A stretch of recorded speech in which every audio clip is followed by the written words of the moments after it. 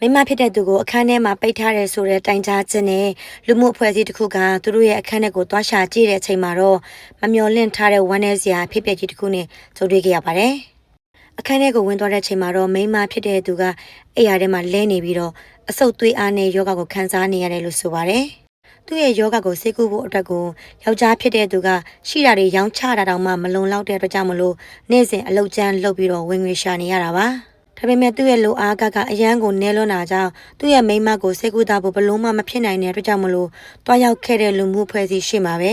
ဝမ်းနဲ့မျက်ရည်များနဲ့ဒူးထောက်ပြီးတော့အကူအညီတောင်းခံခဲ့တယ်လို့ဆိုပါတယ်သူ့ယောက်ျားကဒီလိုသူ့ကိုပြုစုနေရတာဝန်တော့ဝင်ဖို့ကြီးတစ်ခုဖြစ်နေတာကြောင့်မိန်းမဖြစ်တဲ့သူကလည်းလောကကြီးကနေအမြန်ဆုံးဆွန့်ခွာသွားခြင်းနဲ့ဒီထဲမှာလည်းသူ့ယောက်ျားကိုအားနာနေတယ်တနာနေတယ်နောက်ပြီးလို့ရှိရင်ဒီလောကကြီးကနေဆွန့်ခွာသွားရတော့မှကိုလည်းသူ့စိတ်ထဲမှာတွေးပူပြီးတော့ကြောက်နေတယ်အဲ့ဒီစိတ်တွေကသူတို့စီကိုတွားရောက်တဲ့ဒီလူမှုအဖွဲ့အစည်းတစ်ခုကဗီဒီယိုရိုက်ပြီးတော့သူတို့အကြောင်းကိုတင်ခဲ့တာပါအဲ့ဒီဗီဒီယိုထဲမှာလည်းသူ့ရဲ့စိတ်ခံစားချက်တွေသူဘလောက်ဝမ်းနေနေလဲသူဘလောက်နာကျင်နေလဲဆိုတာတွေသင်သားမြင်ရတဲ့အတွက်ကြောင့်မလို့အဲ့ဒီဗီဒီယိုကိုကြည့်မိတဲ့သူတိုင်းဂရုဏာတက်မိမှာတော့အမှန်ပါပဲ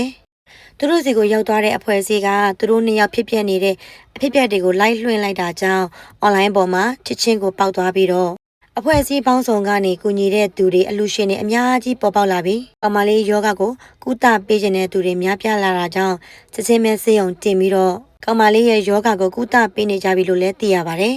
ကောင်မလေးကိုအရန်ချစ်တဲ့သူ့ရဲ့အမျိုးသားကကောင်မလေးကိုယောဂဖြစ်သွားသည့်တိုင်အောင်လုံးဝမဖြစ်ထားဘဲနဲ့သူ့ကိုပြုစုဆောက်ရှောက်နေရတာလေးကိုမြင်ရတော့ရှိသူမြင်ရတဲ့ပရိသတ်တွေကတော့သူဒီကောင်လေးရဲ့ကောင်မလေးပေါ်မှာထားတဲ့မေတ္တာကိုလေးစားမိမှာတော့အမှန်ပါပဲသူတို့တွေကဗီယက်နမ်လူမျိုးတွေဖြစ်ပါတယ်